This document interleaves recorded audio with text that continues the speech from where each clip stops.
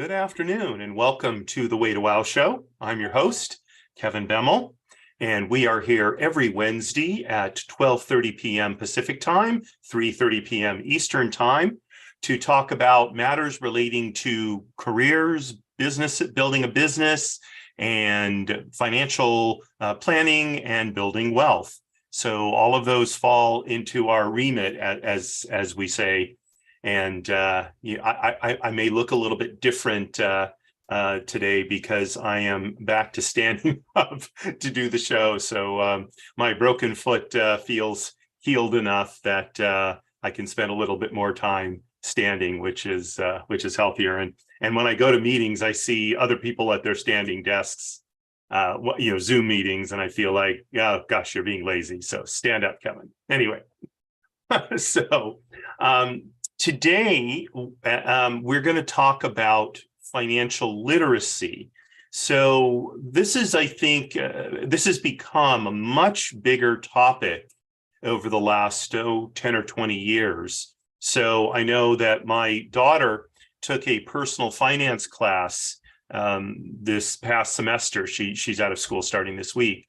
And it was a challenge for her. I know. Even Jewish people have a challenge with personal finance sometimes. Okay. Now all the criticism for being anti-Semitic, bring it on. Come on, just a joke. In any event, when I was in high school, I mean, there were no classes on personal finance. We did have one on like nutrition or whatever. So high schools were starting, I think, to look at what are the life skills that students need. But now it appears, and I know at her high school, every student is required to take personal finance. So, and I think that's good because during my time in the Navy, one of the things I found out was a lot of the sailors did not know very much about personal finances. And in fact, when we were on deployment and the infamous Tomodachi deployment, when we were confined to the inside of the ship because we were sailing through a radioactive plume, one of the things I decided to do, since so many of the sailors had very little to do in terms of work, was I ran a series of classes on personal finance and how to start a business and such. And I mean, hopefully it was helpful. I know I ended up counseling a number of sailors about their finances, getting out of debt, potentially starting a business, those kind of things. I know I've stayed in touch with one of them. He's doing quite well. He was, when I met him, he was thinking about getting out of the Navy and starting a business, which he subsequently did get out of the Navy. He went to work for another company. And then I think now he has started a business. So every once in a while I hear about it. I see what Eric is doing, and it's really heartening to see. And indeed, this is, I think, something that we all need. So I put together a short PowerPoint. This is based, by the way, on research from the Milken Institute. So if you haven't heard of the Milken Institute, yes, it was started by Michael Milken, the infamous junk bond trader, and its mission is to solve big problems in the world by bringing together business, nonprofits, academia, government in a sort of holistic approach to figuring out what do we do about these things. And they're interested in a wide variety of projects. As an example, yesterday I sent a friend of mine at Milken a presentation that another friend had put together about increasing the opportunity for a more diverse group of people to be starting businesses, thinking that this might be something they were interested in. And indeed, he said, yeah, this is right up our alley. So in any event, I'm digressing a little bit, but so the Milken Institute does a great deal of research. They have a lot of very intelligent people there. And the people tend to move between these different spheres. So the Milken Institute's a nonprofit organization, but they have people who will move into government roles and then come back out. They'll have people in academia and that come and then come back, and people in business. In fact, a lot of the people that work there got their start in business. Most notably, of course, Michael Milken. And therefore they bring that multiplicity of perspectives to their work. So let's go ahead, and I'm going to share my screen. Here we go. Okay, so slideshow. Here we go. Okay, so financial literacy is our topic for today. And of course, this is people making money, one of the Way to Wow shows. So oops, let's try this. There we go. Okay, and as I typically do, especially when I have a PowerPoint, I bring up this graphic about the 3 pillars of attainment. Everything that's done on the Way to Wow shows relates to this. For those of you who are unfamiliar with it, the 3 pillars of attainment is a way to look at our lives and again I've used this word a number of times already, holistic about how we approach life. Each one of us has to determine what success is for ourselves, and I think in the United States especially, we tend to focus on success in finances or maybe in learning, and indeed success is all of the pillars and all 9 realms. And that isn't to say that we're going to strike a balance.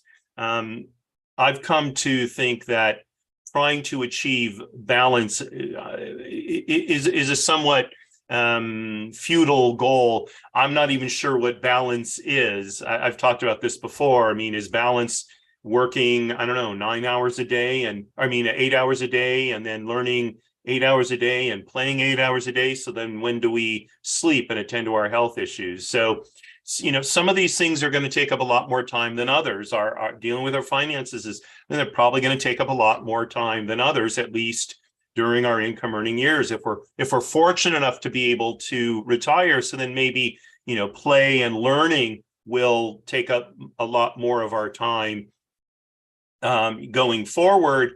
Will it even out with our working years? I don't know. I guess it depends how old a person is when he retires. But hopefully overlaid in everything is our relationships with family, friends, and God. And that isn't to say we can't pursue 2 or more realms at the same time. So if we're being effective in pursuing in dealing with our finances, or in learning, or in playing, I think we're probably also going to be engaging in relationships, and through our pursuits, we have an opportunity to build relationships. And all of this is by way of supporting a sense of who we are, our sense of self, our identity, at the top here. This isn't to say that our identity is the be all end all of our existence. It's just that it's to suggest that our identity is built on the foundation of everything else, right? So our health and our mindset have a very direct impact on our identity, because they have such a direct impact on how we behave. I know my daughter sees this sometimes. She'll come and she'll say, "Daddy, I feel awful, and I'm not sure why." I said, "Well, what's going on, baby? What's bothering you?" "Nothing really. School's okay, friends are okay." And I say, "Well, how'd you sleep last night?" "Well, not very good." Well, so, all of a sudden our ability to understand ourselves attenuates because we're tired. So, and again, with the other 2 pillars. So today we are going to be dealing in the finances realm of the pursuits pillar. Okay, but you'll see that some of these other things are going to directly play into our financial literacy in both of the other pillars. Okay, so I don't know why I did that. That was a boomerang. So in the report I read, and I'll put a link to the report in the show notes. It's fairly lengthy, but anyway, in the report I read from the Milken Institute, it broke down financial literacy into 4 components, and you see them here: knowledge, skills, attitudes, and behaviors. Okay, I'm going to go through each one of these. Oh, there's no clock there. Okay, I just want to make sure. Okay, there we go. I'm going to go through each one of these in some detail so that we can understand what does it take to be financially literate. I'm not sure why it's going backwards. It's just, driving me crazy. Okay, so let's talk about knowledge first. Knowledge is really the base upon which much of our financial literacy will be built. So knowledge breaks down into basically 3 components, okay? Financial concepts, financial products and services, and practical know-how. So let's talk about each one of those. First of all, financial concepts. So one of the things, and I've mentioned this in other shows, a financial concept that is one of the most important when it comes to investing is compound interest, okay, or a compounding return. So understanding how that works for us is a very important concept to understand how wealth is built. So I remember when I was a boy, the idea of compounded interest was in some ways in its infancy, I think, because I in general, and part of it had to do with, this was before there were computers. Yes, I'm old.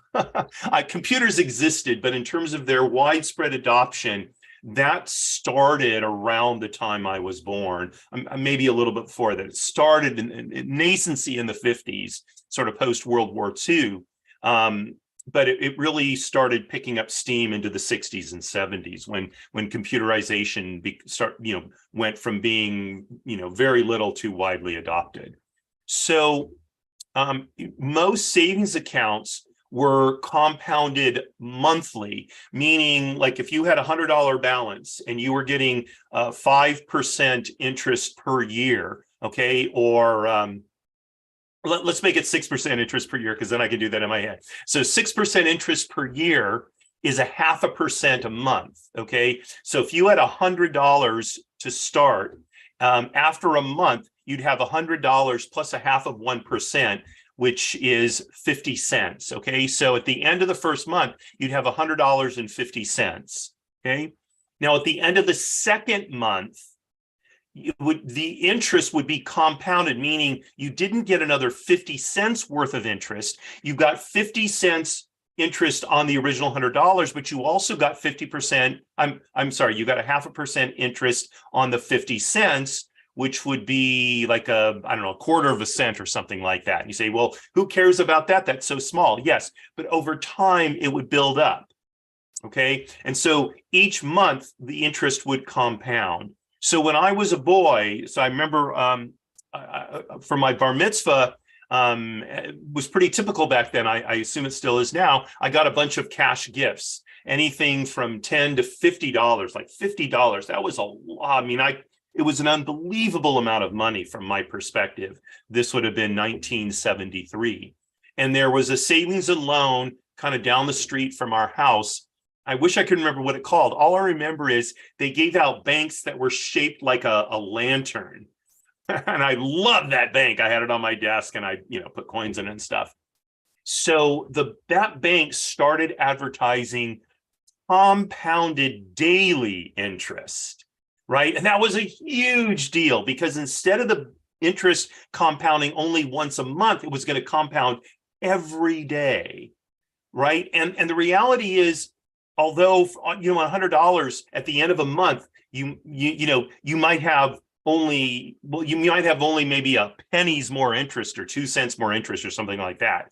Not a big deal. But the daily compounding, especially on a large amount of money, would really significantly increase the impact of compounded interest.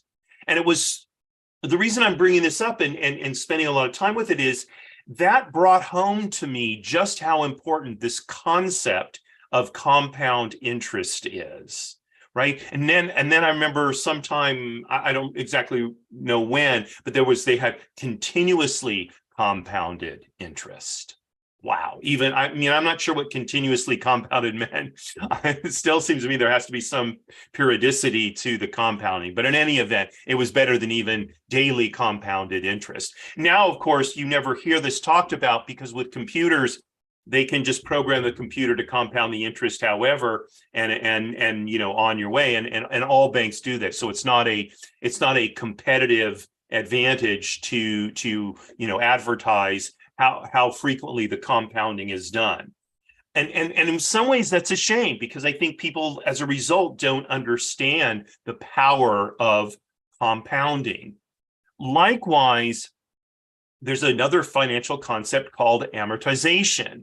So amortization is the paying off of an amount over time, or the accumulation of an amount over time, amortization. So when we amortize a loan, we pay it off over time. So the typical home mortgage is a fully amortized loan. So if it's a 30-year loan, at the end of 30 years, not only at the end of 30 years, we will have paid off the entire loan balance with interest, of course. So now, in some cases, a loan may not be fully amortized. So you may have a loan that is a 15-year loan with 30-year amortization. So you say, okay, well, so you have half of it left to pay at the end of 15 years. That's not how amortization works. In fact, after 15 years, you probably have closer to 2/3 or 3/4 of the loan balance left to pay, because of how the interest on an amortized loan works. So this is why understanding these concepts is so important, right?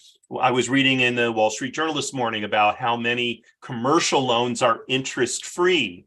So that sounds great. Our interest, not interest-free, interest-only loans. So during the term of the loan, you don't have to pay off any of the principal, any of the amount borrowed. So that keeps your loan payment lower. And when interest rates were really low, so that was even better, because you could borrow a ton of money and have a very, very low payment. The problem is now, as these loans are coming due, $1.5 trillion of them over the next, I think it said 2 or 3 years. I may be misremembering the article, but anyway, because interest rates are higher and lenders are less excited, shall we say, about making interest-only loans, a lot of these building owners could end up in a lot of trouble, right? And that's not because, by the way, that they didn't understand. They knew the financial concepts. They were just willing to take the risk. Unfortunately, in some of these, at least some of these cases, it may be that the risk is not going to pay off and they're going to be in trouble, whether it's having to come up with cash from other sources to pay off the loan, whether it's having to restructure the loan and taking a credit hit, or whether it's losing the property to foreclosure. All of those are possibilities, and there are others. So we need to start by learning financial concepts. And in future shows, you'll see I'm going to be talking about some of the financial concepts. Okay. Next is financial products and services. So I've mentioned a couple already. I mentioned a bank savings account. The one I mentioned was actually a savings and loan savings account. Savings and loans don't really exist anymore after the savings and loan crisis in the late 1980s, early 1990s. They got merged into the overall banking system, but nonetheless, you still have what are usually called savings accounts. Sometimes you'll hear the term passbook account, because I know when I got mine, I got a little book, and the transactions were recorded in the book.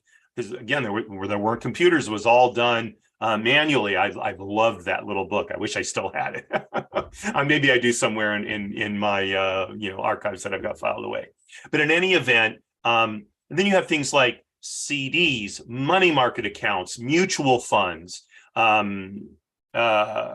annuities, stocks, bonds, debentures, senior debentures,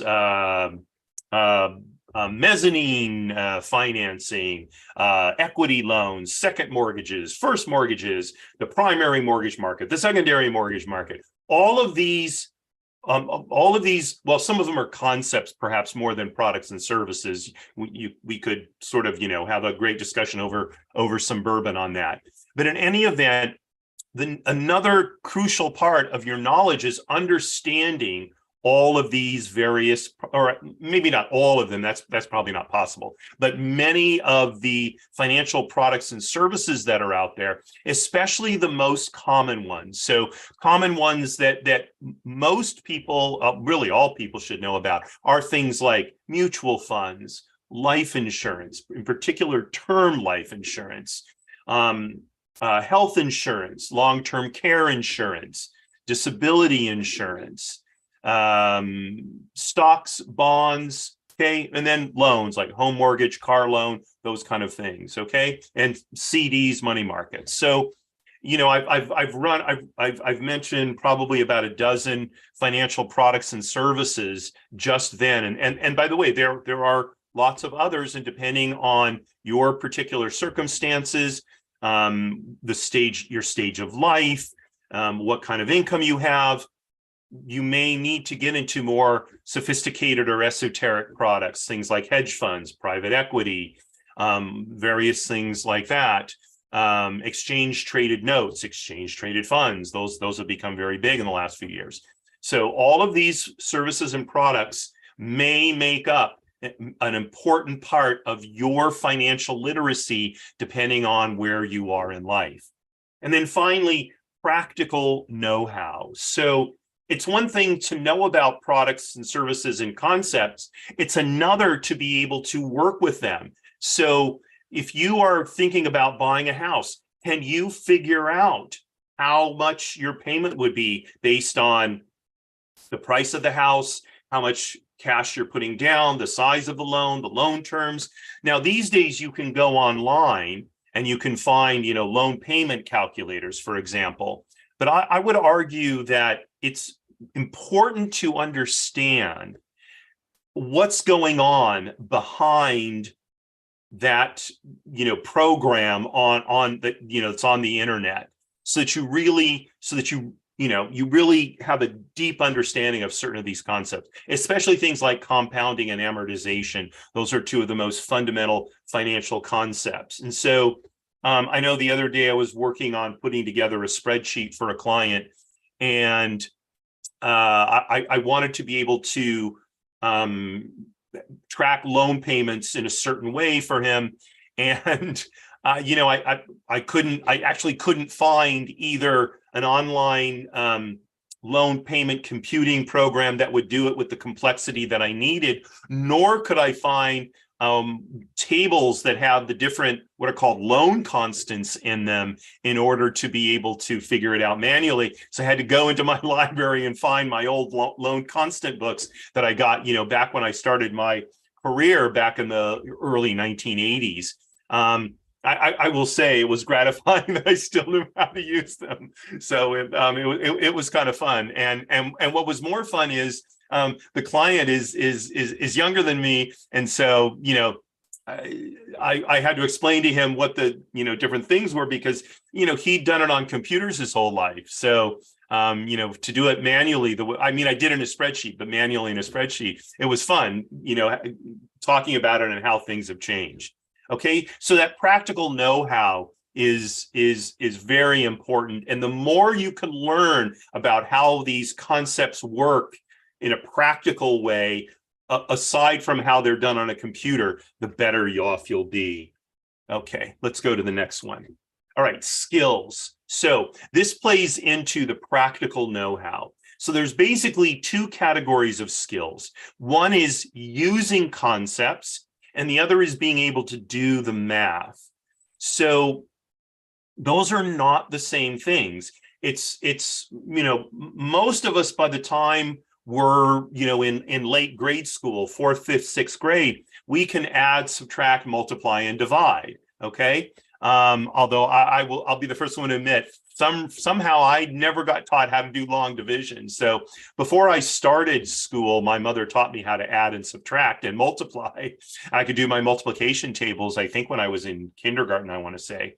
But somehow I never learned how to do long division. And it was, and since I knew these other things, my teachers just assumed, I guess, that I knew long division. So I think I didn't learn long division until I was in middle school. So, thank you, Mom, but also, I ended up being a little bit handicapped, right? But in any event, in terms of numeric and mathematical skill, most of what we need to know in that regard, we're going to learn by either the end of sixth grade or certainly by the end of middle school or junior high school, depending on when we learn to deal with percentages. So, I mean, we don't need to know about, frankly, geometry when it comes to our finances. We don't need to know calculus. We don't need to know about, statistics and all of that. That's not to say that they're not useful if you're doing very, very sophisticated work. But for most of us, if we can add, subtract, multiply, and divide and deal with percentages, we've got the numeric and math skill that we need. Now, I would hasten to add, when I say that, I mean being able to do that not just with whole numbers, but with fractions. So, we need to know basic things like 1/4 is the same thing as 0.25, which is the same thing as 25%, right? And I think those are the kind of concepts that really, mathematical concepts that really challenge us. It's like, how do you know that? Well, to be honest with you, I don't know how I know it. I think I just learned it. So if you're skilled in math at that level, so you've got an important component of the skills part of financial literacy already. But the next one is using the concepts. So I mentioned this when I was talking about practical know-how, okay? Using so when do we use which concept? That's an important skill to know or skill to have, right? So if let's say we're looking at buying a car and we're considering getting a car loan, okay? What concept do we need to apply to that in order to understand how much we're going to have to pay to buy that car? It's not going to be compounded interest. It's going to be amortization, most likely, because if we're going to get a car loan, so that loan is going to be for a certain term. Okay, maybe 3 years, maybe 5 years. Now I think they have even 7-year car loans, and so we need to know, okay, what am I dealing with there? Well, I'm dealing with an amortized loan. In the case of a car, probably fully amortized. Okay. Now, by the way, if you're leasing a car, in a way, people think, oh, leasing a car, I'm not really buying it. Well, you're not. But if you're leasing a car, still your payments are actually going to be figured out on what amounts to a partially amortized basis. So the way they're going to figure out the lease payment is they're going to say, okay, what's the term of the lease? Let's say it's 3 years. Okay. And let's say the car costs $50,000 to buy. What will the car be worth in 3 years? And let's just say, for the sake of argument, it'll be worth $25,000 in 3 years, as we call that the residual value. Okay, so that means during the 3-year term of the lease, we have to accomplish two things. One is we have to pay off the $25,000 in value that the car is going to lose. And two, we need to provide some kind of return on the entire $50,000 that we are tying up for the 3-year period, right? That's essentially a partially amortized loan. Now, people dealing with car leasing, they may not even understand that. Honestly, it depends on what their level of financial literacy is. But from your perspective, if you can apply the right concepts, irrespective of what how a particular transaction is being described, so then you can really negotiate much better, perhaps, than the person with whom you're negotiating. Okay, so understanding the concepts is step one, having the knowledge. Step two, the skill, is when to use those particular concepts and how do I apply them to the particular matter with which I'm dealing. Okay. Just checking the time here. Good. We're doing good. Okay. Next is attitudes. Now, remember I said that although we're going to be dealing primarily in the finances realm of the pursuits pillar, that there were other issues that play into this. So attitudes really are derived from the image of ourself, especially our identity and our mindset. Okay. But they play a very significant role in our financial literacy, right? And there's four components: reasons, attitudes, confidence, and proclivities. Okay, so reasons are what we might call the sort of logical attitudes that we have. So what is the reason we have for saving money, for maybe a vacation, or for retirement? Or what are the reasons we have for not saving money? What are the reasons we have for getting health insurance or not getting health insurance? So here, health insurance is a good example. A lot of young people don't carry health insurance. And their reasoning is, I'm young, I'm healthy. Why do I want to pay big health insurance premiums when I don't go to the doctor that often? Right? So that's actually that can be a pretty rational decision to make, and it could be a rational attitude for a given person. Okay, for someone who's very careful about taking care of their health, they eat right, they get good sleep, they exercise, they get outdoors, all those kind of things. So for them, they don't need it. They probably, or may not, I say probably, they may not need a so-called Cadillac health insurance plan. Maybe what they need is some kind of catastrophic, hospitalization plan in the case of, God forbid, I don't know, they get hit by a car or something like that. Okay. So our reasons for doing or not doing things can be very important. Now, by the way, sometimes those reasons we've adopted them in essence from somebody else, like our parents. Okay. So I know a lot of the reasons I have for doing certain things, I have because that's what I was taught. So, my mother and or father taught me this is what you do. Okay. It's like, okay. Makes, and it was only as I got older and really started looking at these things that I had to examine, well, were these reasons actually, do they have some kind of firm basis, undergirding them, or were they just whatever sort of, my parents had come to the conclusion was reasonable and then taught me. So I think I was fortunate. I think most of what my parents taught me about finances was actually pretty sound. So, okay, so that's reasons. But this last part is connected to attitudes, right? So our attitudes about finances play a huge role. Attitudes are, I would say, more emotional than they are reason-based. So let me give you an example of an attitude. This is something that I wrestled with early in my business career.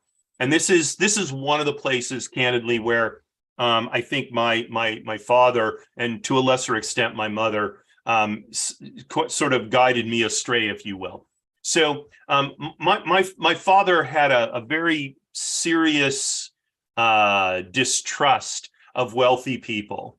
In many ways, he was, I think, convinced that most people got wealthy through at least somewhat nefarious means, not necessarily criminal, but unethical means, perhaps. And I didn't even realize that I had adopted that attitude when I started my first business back in 1986, I believe it was, right? So here I am in the real estate business and I was in the commercial real estate business where basically, in order to be successful, I had to deal with wealthy people. And yet I had this attitude that anyone who was wealthy was fundamentally unethical. And I was really working at cross purposes. Okay. And it stymied my success until I had an attitude adjustment. So for those of you who are familiar with Zig Ziglar, he talks about doing a checkup from the neck up. Okay. I don't mean to be speaking Italian. So, I had to look at those things and say, was this attitude that I had gotten from my parents accurate? And indeed, by that point in my career, I was involved in enough things, including charities, to see, wow, a lot of these people who were very wealthy had made their money in a very respectable way. And they were just regular people like me. Sure, they had their faults. We all do, but they hadn't, cheated people to get wealthy and that kind of thing. And that was a breakthrough for me anyway. It was a breakthrough, not just in my business life, but in my financial literacy, my own finances, because the idea that I could accumulate wealth and still be a good person, I was, when I felt like, well, anybody who's wealthy is at least somewhat unethical. I was working at cross purposes, right? So I had to do, once I went through that attitude adjustment, I realized, look, I'm responsible for how I behave, how I treat people. Okay. And if I build wealth, that's not a bad thing, provided that I don't use it badly and don't abuse people to acquire the wealth. That was the conclusion I came to, and that was the attitude adjustment I had to make. Now, and you see these sort of build on each other to a certain extent. So after your attitudes, and by the way, there's lots of other attitudes we can have toward money. I mean, to love money, right, is, if you go back to the Bible, for example, just to, for those of you who don't, believe in the Bible, pardon me, I am a rabbi after all, right? A lot of people are fond of saying money is the root of all evil. That is not what the Bible says. The Bible says the love of money is the root of all evil, i.e. greed. Okay. And we can have, again, philosophical discussion, whether that's true or not. Come on over to my house. I'll mix you a martini. We'll talk about it. It'll be fun. But from my perspective, loving money, that's a problematic attitude. Enjoying money, respecting what one can do with money, I think are good attitudes. Loving money, I think that's problematic at best.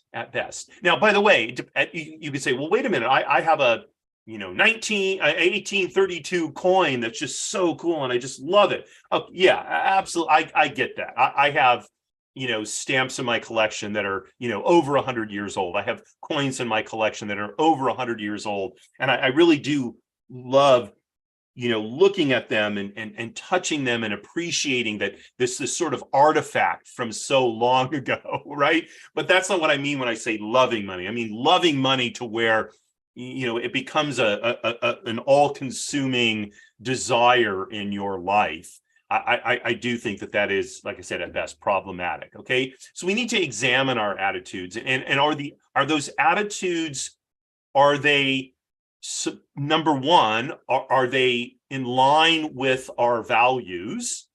And number two, are they supporting or impeding our ability to attain our conditions of satisfaction and our goals? Okay, and we each have to figure that out on our own. Talking to friends and other people might help us figure it out, but in the end, I think it's a mistake to allow someone else to impose, their values, their reasoning on us. We've got to work that through. It's part of the maturation process. And I know that's one of the things I'm working with my daughter on right now. She's working to figure that out. Okay. And good for her, by the way. And I've told her many a time, baby, it's not for me anymore to direct you and tell you what you must do. I'm here to be a sounding board, to give you some thoughts to ponder, perhaps, and if you care to hear it, give you some advice. And if you want me to help you make a decision, but I'm not here to tell you what to do. You at her age, she's got to start now figuring out what is she going to do, so that she can, she's prepared to run her own life. Okay, so attitudes, confidence. Now, there's confidence, and then there's lack of confidence, and then there's unwarranted confidence, shall we say? And what we want to be is in that middle ground. I would argue. So now we're probably not going to start there. If we don't have a lot of knowledge and we don't have a lot of skills, we don't understand our reasons and attitudes, it would be pretty foolish to be confident in our financial literacy and in our ability to make financial decisions, because what do we know about doing that? Okay, so confidence is something we have to build through education, through working with our finances, through talking to other people, through having some wins and probably making some mistakes. I certainly have made my share of financial mistakes.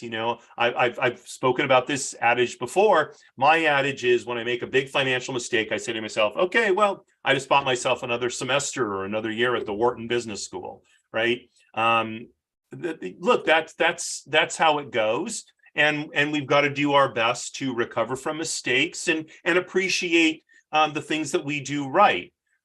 So confidence is something we build, okay? And once we've built it, we shouldn't become overconfident, thinking like, oh, I got this. I don't need to talk to anybody. I don't know. I'm good. That kind of. No, that's overconfidence, and that can oftentimes lead to making major mistakes. So I think we want to have a reasonable amount of confidence, and I think the other reason we want to have a reasonable amount of confidence is we should recognize we're going to make mistakes, and the best thing we can do as a result of making a mistake is figure out, okay, what can I learn from this mistake, and how can I move on and repair the damage most quickly? With finances, that's the key, okay? If we're overconfident, it can oftentimes cause us to lose way too much confidence and go to the other direction. So we want to kind of keep that pendulum sort of swinging a little bit here and there, as opposed to swinging wide, okay? And finally, we have proclivities. So proclivities are the way we just sort of feel like we have to act, okay? How do we tend to behave sort of instinctively, okay? Now, proclivities can be very hard to control, okay? I used to joke about a person I knew who owned a lot of shoes. And when I say a lot of shoes, closet just stacked with boxes of shoes. And in many cases, she had never worn them. And I used to joke with her, you win the Imelda Marcos Shoe Award. Imelda Marcos was the wife of the president of the Philippines, going back, I think, into the 70s, I want to say. And it came out at one point that she had just thousands and thousands of pairs of shoes or something like that. So it was a little bit of a joke, right? But whenever she was, not whenever, but sometimes when she was anxious or upset or wanted to reward herself, what she did is she went and bought shoes. That was her proclivity. Now, let me say that she could afford it. So her proclivity wasn't damaging in that sense. But some people have a proclivity to gamble. And I guess if you're really wealthy, so then maybe that proclivity isn't bad either. But for most of us, gambling can be a very slippery slope. And if we really love gambling, it can be very easy to cause ourselves a great deal of financial distress at best, if the gambling gets out of hand. So the key about proclivities is to understand, what are my proclivities, And what do I do about them? Is a particular proclivity likely to become a very, very, bad aspect of my finances? Or is it something I generally have under control? Is it something I can indulge periodically? If so, when, under what circumstances? Okay. So we want to understand our proclivities, okay, so they do not undermine our confidence and undermine our finances. Okay. And so you can see all of these under attitudes, they're really part of understanding who we are and becoming more mature, as time goes by, hopefully. Okay, let's just see where we're at here. Okay, good. We're doing well on time. Okay, so the last of the four is behaviors. Okay, and you can see how all these kind of tie together. So we have proclivities, right? This leads into behaviors. So first of all, we have our sort of day-to-day behaviors, our day-to-day financial behaviors, our sort of money management, our regular money management. So how do we handle this thing? So for example, are you the kind of person who pays their bills as soon as you get them? Now, that's a somewhat outmoded concept for most of us. I know for me, probably 90% of my bills are paid automatically. Either they're charged directly to a credit card or they're paid automatically, from my bank account or whatever it is. Okay. So that's, but in there's lots of tools for dealing with our day-to-day money management. And they can be good or they can be bad. So we can put things almost on sort of, automatic, but then that would tend to work against our really knowing what's going on in our financial lives. So then what does that mean? Well, it may mean that we need to develop other money management practices so that we are periodically reviewing what we're doing and making sure we're adhering to reasonable behavior that aligns with our attitudes, et cetera, et cetera. Okay. So understanding how to properly build a day-to-day financial regime, how to do sort of routine money management, that's an important aspect of behavior and exercising financial literacy. Okay, so from the short term, we go now to the long-term planning, right? So what a long-term planning, it could be anything from maybe planning for a big vacation in 18 months or 2 years or even a year, to planning for retirement, planning to buy a house, planning on a college education for our children, maybe planning on a college education for our grandchildren, all kinds. There's many different long-term goals. Maybe you have a long-term goal to start a charitable foundation. Okay, so how does all of that work? How are you going to make that happen? How are you going to exercise what is going to be a long-term need for discipline in order to bring your long-term plan to fruition? Okay, so and by the way, the long-term plan will impact the day-to-day plan. So whenever I talk about goal setting and setting up conditions of satisfaction, I recommend you start with the long term and then chunk back. Okay, so that what you're doing now is supporting where you want to be 1 year from now, 3 years from now, 5, 10, 20, 30, 50 years from now. Okay, so the two have to work hand in hand. Now, by the way, you may start with a long-term goal and with long-term planning and on a long-term financial goal, and chunk back to today and find out, wow, I can't afford to live today. So then you may have to adjust the long-term goal, or you may have to adjust an intermediate goal so that somehow you can accelerate things a little bit later on in your life to get to your eventual long-term goals. Those are all issues that you need to work out, and that's why understanding your day-to-day finances and money management and your long-term planning need to work in a sort of back and forth system.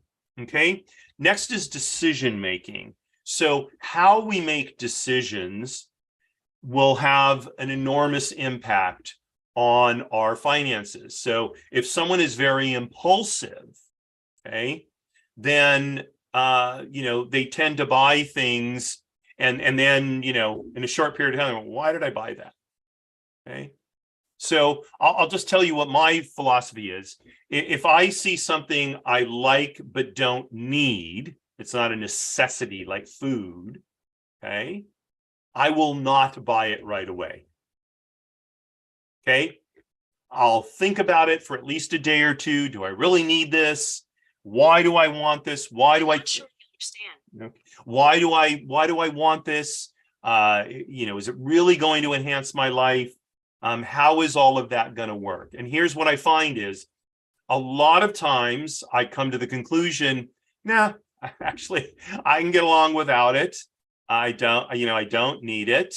And, I'm better off waiting. So here's a very recent example. So as a result of being able to stand up to do the show today, I had to adjust my stand-up desk. And in doing so, I flipped my Oura Ring charger off of the desk, and my Oura Ring, it went somewhere, and I spent an hour and a half looking for it and did not find it. Yeah. And I am an Oura Ring devotee, right? So the question comes up, should I replace it? Well, I get a lot of important health data from it. It's a big part of how I monitor how well I'm taking care of my health. So, and I went online and I can replace it for, I think, $250. Okay. Because there's a Father's Day special, I think it is. But I said, before I buy a replacement, because it'll be a direct replacement, I have a Gen 3 ring.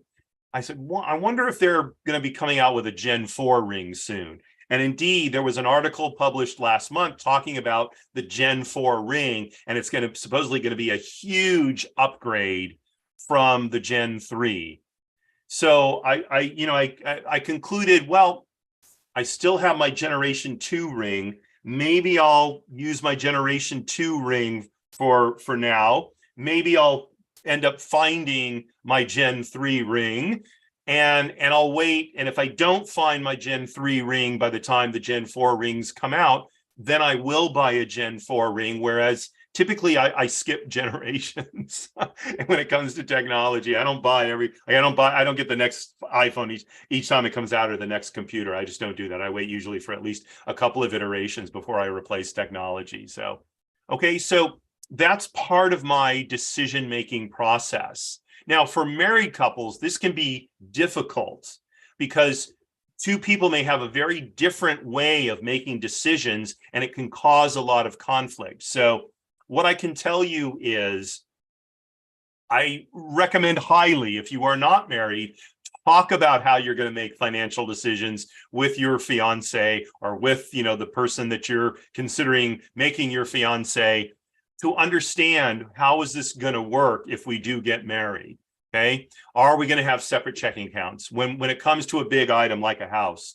How are we going to deal with that? So I will tell you that one of the contributing factors to the breakup of my first marriage was my wife at that time went out and bought a house without consulting me, literally, right? And her attitude was, well, I'm going to use my money to buy the house. I said, yeah, but we're both going to live there, and it was frankly kind of a long series of events where we were not acting in concert, right? So decision making isn't just how I make decisions, it's also how decisions are made when the decisions affect other people. So this extends to if you're in some kind of business partnership.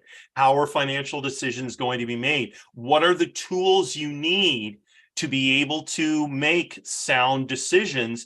Having those decision-making tools is part of your financial literacy. Okay. Finally, there's financial advice. So no matter how much you know about finances, no matter how financially literate you are, it's extremely unlikely that you know everything. Okay. I've been dealing with finances, at least since I was 13, right? When I opened up that bank account with my bar mitzvah money and got daily compounding interest, right? So that's close to half a century. And there are reams of information that I do not know about finances and financial literacy. Okay. I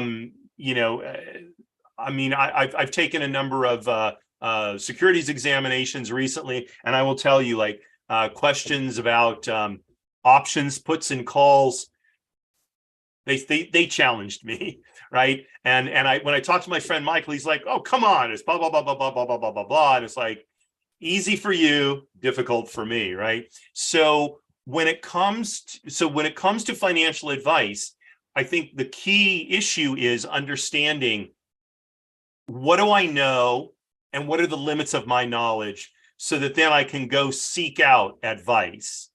And then the next step is, where or how do I find trusted advice? So with the internet, it seems like I just go on the internet and I can find the answer to anything. Well, that's true, but how reliable is the source? And that's something that we have to be careful about. And not that people are necessarily, going to purposely mislead us, although certainly there are lots of financial scams around in email and on the internet, et cetera. Okay. But just, how much experience does the financial advisor have? What kind of credentials do they have? How successful have they been? What has been some of their failures? By the way, if I were talking to a financial advisor who told me he'd never made a mistake, I would not hire that financial advisor. Okay. Either they've only been working for, a very short time, or they're lying. Now, I suppose there's someone out there who has never made a mistake, but even the lauded what is his name, Warren Buffett, right? That everybody, he's the financial genius. Even Warren Buffett has admitted of making mistakes, and of course he has. It's in the nature of human endeavor. Everybody's going to make mistakes. So what you want when you're seeking financial advice, I would suggest, is someone who will give you their best advice and will be candid when they make mistakes. So and help you fix them, right? Because no advice is 100%. No, I should say, no advice is 100%, and no advisor is 100%. Okay. And we need to have the humility to recognize that, and our advisors need to have the humility to recognize that. Okay, so I'm just going to real quickly go back to the beginning here. So the 4 components of financial literacy: knowledge, skills, attitudes, and behaviors. And if we work on these and continually work on these, we will become ever more financially literate. So it's not an issue of being financially literate per se, although perhaps there's sort of a base level of financial literacy we need to have in order to be financially literate at all. The real issue is building our financial literacy, keeping up with where we are in life, where we are in terms of our wealth, where we are in terms of the complexity of the situations that we face. That's where we need to keep our financial literacy on par with where we are in life, whether it's just for ourselves, whether it's as a professional. Those are all issues. Okay, so as always, if you have any questions, feel free to get in touch with me. You see these things here on the screen. They'll be in the show notes. Feel free to reach out to me via email or send me a message through the various social media. I'm happy to answer any questions. If you liked anything in particular, please let me know. It's always good to hear. And if you didn't like something, or you think something is wrong, by all means, let me know. I do not claim to be infallible. I do my best to be well informed, but some of these things are matters of opinion, and perhaps you've got a perspective on something that's different than what I talked about, and I'd be happy to share that. If you've got a valid point to make, I'd not only be happy to, I'd really like to share it with viewers in an upcoming show. And oops, what do I got here? Okay, there we go. And here's all the legal stuff. Going to stop sharing because we're almost out of time. So that's what I have for you today on financial literacy. Next week, I have a guest. I hope you will tune in and join me when I talk to my friend Brett Henderson, who is himself a financial advisor. He also happens to be a Marine Corps veteran and has built for himself a very nice civilian life. So I hope, and then I have another guest, I think the following week. So that's kind of ramping up. So for those of you who want to see some other faces on this screen, you'll have a little bit relief from this. So thank you very much for watching and joining me today. And just want to remind you, next week, we start our regular schedule on Monday at 10 a.m. Pacific time, 1 p.m. Eastern time with Trusts and Estates Weekly. Tuesday is business lessons from the military at 11 a.m. Pacific, 2 p.m. Eastern. And then next week on Wednesday, again, the next version of today's show, People Making Money, with my guest, Brett Henderson. So I really appreciate you tuning in. I hope I'll see you often next week and in coming weeks. If you have, I mentioned some of the past shows. Please go to my YouTube channel and consider subscribing. That way, you'll be notified every time a new show posts. And I do my best to be very descriptive about the titles, so you can tell right away whether it's something that you want, that you're interested in and would like to watch. So that's we go. I'm a little bit over time here. So thanks again for watching, and have a wonderful rest of the day and the week. I don't have to wish you a good Father's Day yet. And I'm going to sign off, as I always do, with a tribute to my very dear friend, who I have no doubt is in Shemaim. Marie, you are my belle, darling. Thank you again, and have a wonderful rest.